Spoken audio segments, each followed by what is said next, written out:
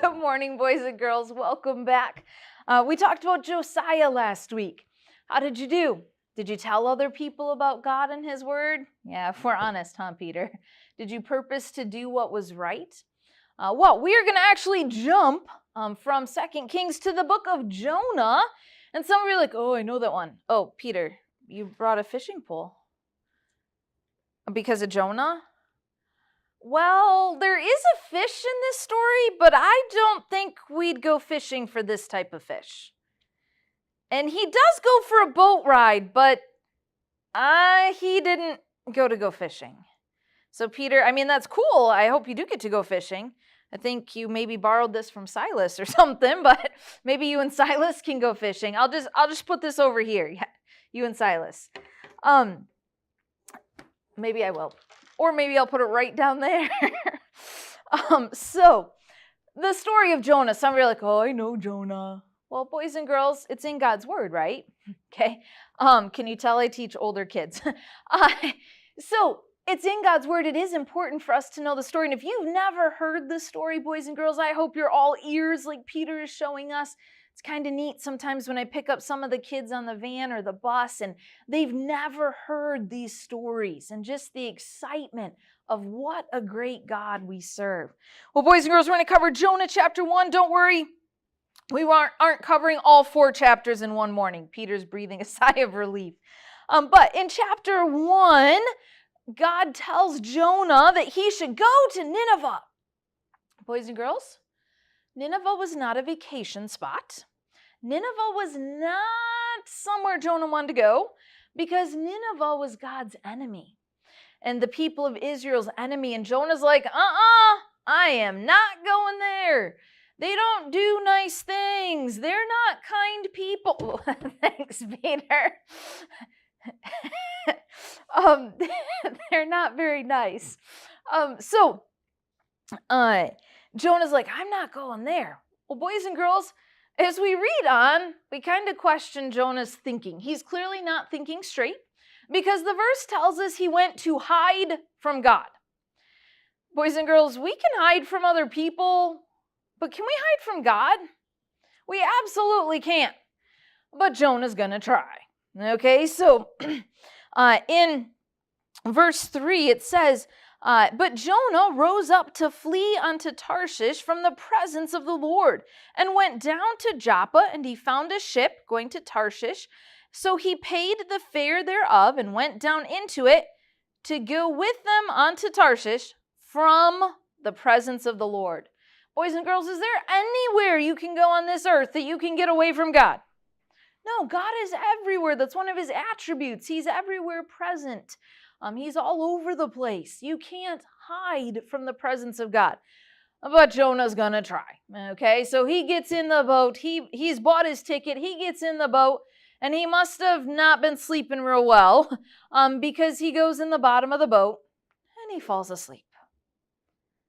Be honest, boys and girls, I could go for a nap right now. But he falls asleep in the bottom of the boat. And the boat takes off, and we're already at verse 4. We're just 4 verses in, and yeah, you're right, Peter. Is it real comfortable in that boat? No. A storm comes up, boys and girls. Some of you know I'm not the hugest fan of water. I have been out on a boat a couple times questioning the weather, but I also know I'm afraid of water. So, I'm not afraid of water. I do drink water, and I do take showers, but I am afraid of drowning. So, Jonah, though, he's fast asleep. And the Bible tells us that the mariners, those who are used to being on the water, the fishermen, they're scared. They're like, this is a big storm. This isn't a little baby storm that's just going to blow over. That cloud will pass and we'll be okay. No, they're scared. And again, these are people who are on the water all the time, who are generally comfortable around the water. And Jonah is sleeping. He must be able to sleep really well. Well, in verse number 6, it says, so the shipmaster came to him being Jonah, and said unto him, what meanest thou, O sleeper? Arise, call upon thy God, if so be that God will think upon us that we perish not. These fishermen are like, we have got to do something, okay? They've tried throwing things over the boat to make the boat lighter. They're doing all that they can to keep this boat afloat, and they finally realize they can't do it themselves. They need to talk to God. Well, these people don't worship God, but they say, hey, maybe Jonah's God's the one. They're praying to every God they can think of. And so they wake Jonah up. They tell Jonah, you've got to pray to your God. We've got to figure this out. So in verse 7, they cast lots.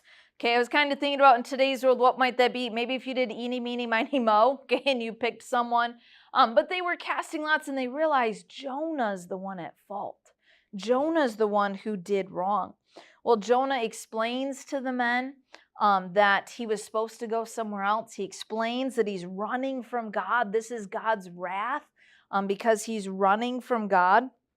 And the men say, well, then what do we do? How can we appease this God? How can we calm this situation down? Verse number 12, Jonah gives them an answer. And he said unto them, take me up and cast me forth into the sea. So shall the sea be calm unto you. For I know that for my sake this great tempest is upon you. He says, go ahead, just throw me overboard. That's the only thing that's going to calm the sea. That's the reason it's such a storm. Well, the men on the boat, boys and girls, they don't want to be responsible for the murder of a person. So they start to row. They're like, maybe we can row to shore. Maybe we can do, and they're still trying to do things in their own power. And they realize it's hopeless, boys and girls. They can't do it in their own power. And so they ask that Jonah's blood not be held on their account, because to throw him overboard in the middle of that storm would mean he would die. And they did not want to be responsible for that. Verse 15, let's see what it says. So they took up Jonah and cast him forth into the sea, and the sea ceased from her raging. Boys and girls, in verse 15, we can see the power of God. The sea just stops. The moment that Jonah's cast in, this storm just stops. If you've ever been carrying water before and you start to trip a little bit or it starts to slosh around, you got to hold on a second before it's going to calm. This storm that's on a huge magnitude. Huge magnitude? Wow, I don't teach. Just kidding. Okay, so it calms right away. So we see the power of God in verse 15, and what a great God we serve. Well, in verse 16, this affects those men on the boat. It says, then the men feared the Lord exceedingly and offered a sacrifice unto the Lord and made vows. So when this happens, they see God's power. The men on the boat start to worship God. So God took this horrible situation, this storm, and he used it to turn the hearts of the people who are on that boat towards him. But what about Jonah? I mean, he got thrown into the water, and does God care about Jonah, or is he just going to let him die? Yeah, God does care about him. In verse 17, now the Lord had prepared a great fish. I like it, Peter. A great fish to swallow up Jonah. And Jonah was in the belly of the fish 3 days and 3 nights. So boys and girls, I don't know if you can hear it or not, but our dear fish rattles as well. The Bible doesn't say it was a whale. Could have been a whale, but a great fish. So God shows his power. The men turn their hearts to God, but God doesn't forget about Jonah. Now, Jonah was doing wrong. Jonah was sinning, but God still cared about Jonah, and God provided a way for Jonah. I don't know about you. I do not want to reside in the stomach of a large fish, but that is what God had for Jonah. And you'll have to come back next week to see how Jonah responds